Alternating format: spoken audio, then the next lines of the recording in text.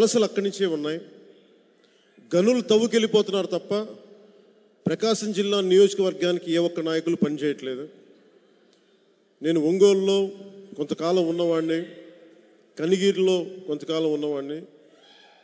కనిగిరి నుంచి కూడా నేను ఎందుకు వెళ్ళిపోయామంటే మేము చిన్నప్పుడు అక్కడ ఫ్లోరోసిస్ ఉంటుంది, కాళ్ళు చేతులు వంకరిపోతుందని చెప్పి మా నాన్న మమ్మల్ని తీసుకెళ్ళిపోయాడు అక్కడి నుంచి. ఆ రోజు నుంచి ఈ రోజు వరకు కూడా అక్కడ సమస్యలు అట్లాగే ఉన్నాయి. అభివృద్ధి అవకాశాలు నాయకులకు ఉన్నాయి కానీ ప్రజలకు లేదు. వలస లాగాలి ప్రకాశం జిల్లాకు సంబంధించి. ఈ రోజున మనం తెలుగుదేశం పార్టీతో అలయన్స్లో ఒక్క సీటు కూడా వైసీపీకి పోకుండా మన అలయన్స్ కొట్టేయాలి ప్రకాశం జిల్లా. మొన్నే మాట్లాడాం, ఉభయ గోదావరి జిల్లా వైసీపీ విముక్త ప్రాంతాల్లాగా సాదిక్ గారి నాయకత్వంలో, సాదిక్ గారి బలంతో, మన నాయకులందరూ బలంతో ఉత్తరాంధ్ర కూడా వైసీపీ విముక్త ప్రాంతం కావాలని మనస్ఫూర్తిగా కోరుకుంటున్నాం. ప్రకాశం జిల్లా కూడా మీరు ఒకసారి ఆలోచించండి. ప్రకాశం జిల్లాలో కూడా వలసలు ఎందుకు ఉన్నాయి, ఉపాధి అవకాశాలు ఎందుకు లేవు? 150 కోట్లు ఖర్చు పెట్టుకోగలిగే సత్తా ఉన్న శాసనసభ్యులు ఉన్నారు, కానీ ఒక 10,000, 20,000 కోసం వలసలు వెళ్ళిపోయే యువత ఉన్నారు. నాయకులు బాగుపడుతున్నారు, గనులు అమ్ముకొని బాగుపడుతున్నారు, కాంట్రాక్టులు చేసుకొని బాగుపడుతున్నారు. యువత నలిగిపోతూ ఉన్నారు, మహిళలకు ఎదుగుదల లేకుండా ఉంది, అటవీ సంపద ధ్వంసం అయిపోతూ ఉంది, రైతాంగం నష్టపోతూ ఉంది.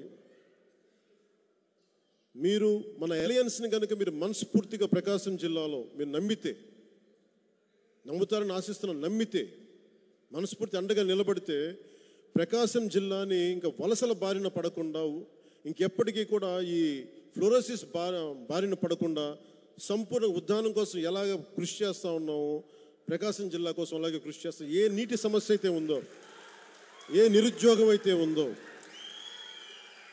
ఉపాధి అవకాశాల కోసం వలసలు వెళ్లకుండా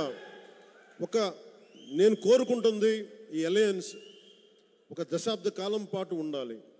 కనీసం దశాబ్ద కాలం పాటు ఉంటే రాష్ట్ర విభజన జరిగిన తర్వాత జరిగిన నష్టాన్ని, ఆ తర్వాత వచ్చిన జగన్ గారి పాలనలో విధ్వంస ఆంధ్రప్రదేశ్ని రక్షించుకోవడం కనీసం ఒక దశాబ్దం పడుతుంది. అందుకే మనస్ఫూర్తిగా నా భవిష్యత్తు కోసం ఏం చేయట్లేదు, ఖచ్చితంగా మన ఆంధ్రప్రదేశ్ భవిష్యత్తు కోసం, రాష్ట్ర ప్రజల భవిష్యత్తు కోసం, మీ అందరి కోసం నిలబడతాను తెలియజేసుకుంటూ, సినిమా టికెట్లకి చీఫ్ సెక్రటరీస్ని, రెవెన్యూ అధికారులని సినిమా టికెట్ల కోసం వాడే విధానాలను మానేసి మీ కష్టాలకి చీఫ్ సెక్రటరీ వచ్చి పనిచేసేలా అలాంటి ప్రభుత్వాన్ని స్థాపిస్తామని మీ అందరికీ తెలియజేసుకుంటూ, పెద్ద మనసుతోటి వచ్చిన అన్ని మూల నుంచి వచ్చిన ముఖ్యంగా ముస్లిం మా ఆడపడుచులకి, మా అక్క చెల్లులకి, ప్రతి ఒక్కరికి పేరు పేరున ధన్యవాదాలు. ముస్లిం పెద్దలకి పేరు పేరున ప్రతి ఒక్కరికి నా హృదయపూర్వక ధన్యవాదాలు. సాదిక్ గారికి ఇంకొక మారు ధన్యవాదాలు తెలుపుకుంటూ, మా ఉత్తరాంధ్ర జిల్లా నాయకులకి కోన తాతారావు గారికి, పంచకల్ రమేష్ గారికి కూడా మనస్ఫూర్తిగా నా హృదయపూర్వక ధన్యవాదాలు తెలుపుకుంటున్నాను. అలాగే దర్శి నియోజకవర్గంలో ఈరోజున గరికిపాటి వెంకట్ గారికి కూడా మీరు పార్టీ బలం కోసం పనిచేయండి, పార్టీ బలం కోసం పనిచేయండి, బలోపేతం చేయడం కోసం పనిచేయండి.